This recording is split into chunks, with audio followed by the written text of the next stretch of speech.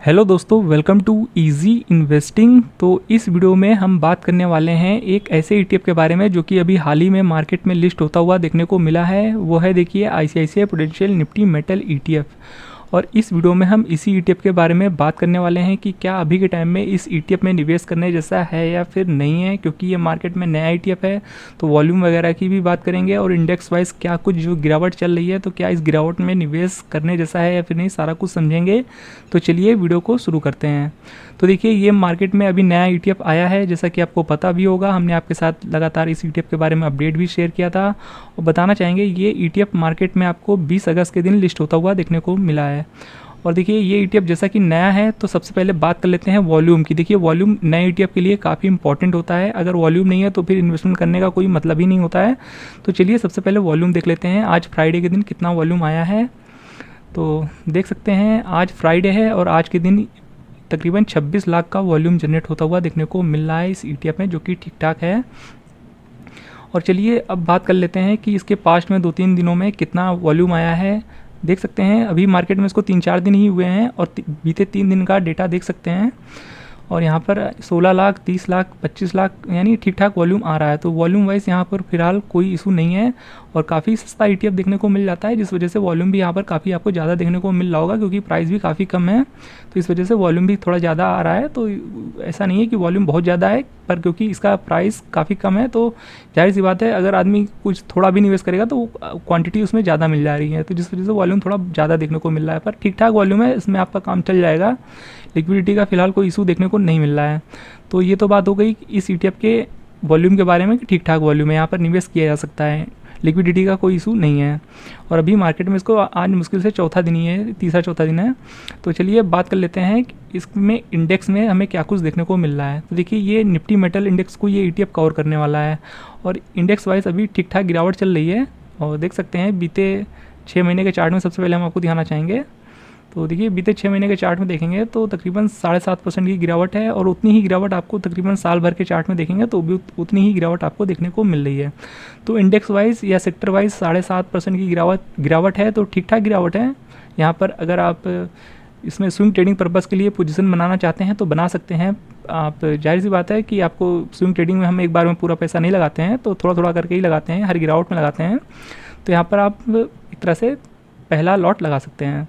और चलिए बात कर लेते हैं यहाँ पर इसके पोर्टफोलियो के बारे में। देखिए ये है निफ्टी मेटल ईटीएफ, जो कि Nifty metal total return index, और इसी इंडेक्स को ये ईटीएफ कवर करता है, जो कि ICICI prudential Nifty metal ETF है। तो देखिए चलिए बात कर लेते हैं इसके पोर्टफोलियो की। तो यहाँ पर जैसा कि देख सकते हैं आपको कई सारी कंपनीज देखने को मिल जाती हैं। टॉप 10 स्टॉक का वेटेज दिखा रहा है और वैसे तो इसमें आपको 15 कंपनी देखने को मिल जाती हैं। टोटल नंबर ऑफ कंपनीज जो हैं वो 15 हैं, पर यहाँ पर आप टॉप 10 स्टॉक देख रहे हैं। और देखिए ध्यान देने वाली बात ये है, यहाँ पर देखिए जो कुछ टॉप वेटेज वाली कंपनियां हैं वहाँ पर आपको गिरावट देखने को मिल जाती है, खास करके टाटा स्टील में। देखिए टाटा स्टील में टॉप वेटेज रखा गया है इस ईटीएफ में, जो कि 20% का है। और देखिए इस कंपनी में अगर आप देखेंगे यानी टाटा स्टील के शेयर को देखेंगे तो यहाँ पर आपको अच्छी खासी गिरावट देखने को मिल जाती है, जो कि एक बड़ी वजह बन जाती है कि यहाँ पर आप इसे अपॉर्चुनिटी की तरह एक कंसिडर करके चल सकते हैं। क्योंकि देखिए किसी भी ईटीएफ में अगर कोई टॉप वेटेज वाला स्टॉक में अगर गिरावट आ जाती है तो वो एक तरह से आपके लिए अपॉर्चुनिटी लेके आती है। और देखेंगे यहाँ पर 1 साल के चार्ट में तो टाटा स्टील का जो शेयर है जिसका कि टॉप वेटेज रखा गया है मेटल ईटीएफ में, और देख सकते हैं यहाँ पर तकरीबन 15-16% की गिरावट चल रही है, जो कि एक बड़ी गिरावट है क्योंकि इसका टॉप वेटेज है। तो जाहिर सी बात है जब ये वापस से रिकवर करेगा ये स्टॉक, तो और जब ये अपना जो हाई है उसको भी ब्रेक करके ऊपर जाएगा तो यहाँ पर इस ईटीएफ में या कहें इस इंडेक्स में एक अच्छी तेज़ी आ सकती है, जिसका इम्पैक्ट जाहिर सी बात है ईटीएफ में आएगा ही आएगा।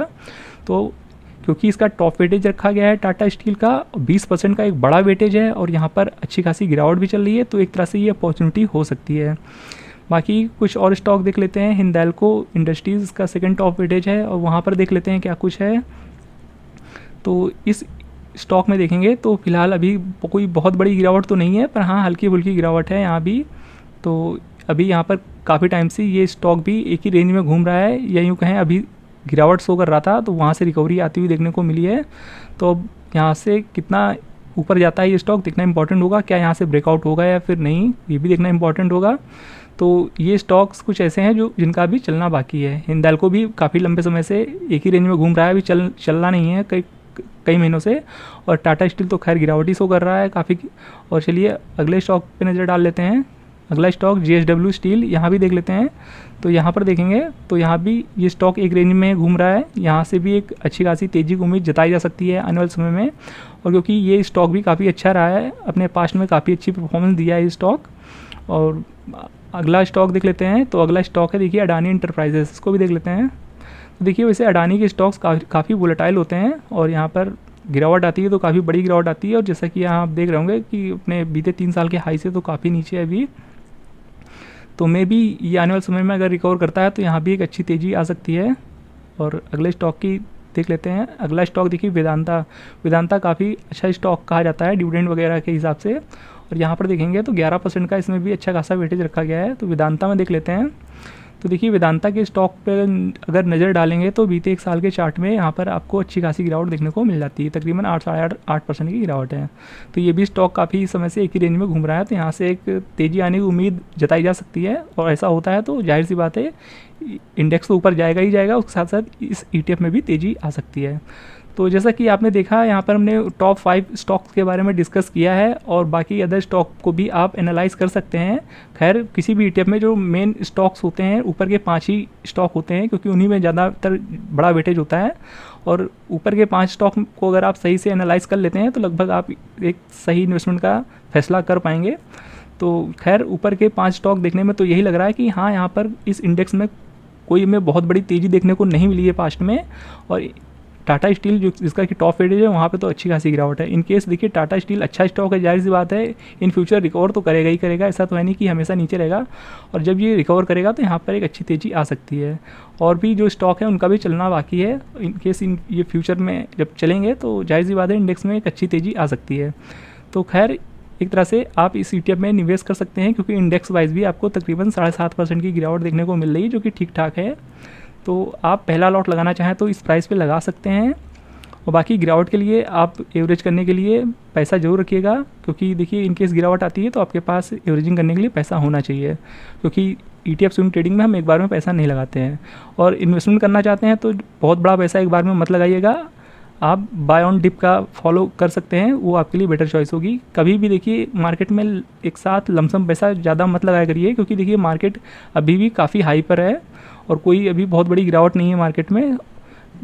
कोई बड़ी गिरावट आ जाती है तो वहाँ पर आप लमसम कर सकते हैं ETF में, पर देखिए अभी जैसा कि मार्केट अभी कुछ खास गिरावट शो नहीं कर रहा है, तो ऐसे में कभी भी मार्केट जब ऊपर आ करे तो लमसम निवेश अवॉइड करा करिए। और ETF में आप अगर बड़ा पैसा भी लगाना चाहते हैं तो थोड़ा थोड़ा करके ही लगाया करिए, तो ज़्यादा बेटर है, क्योंकि बाय ऑन डिप करेंगे तो वो आपके लिए एक तरह से बहुत अच्छी चीज़ रहेगी और इससे रिटर्न भी आपका बढ़ जाता है।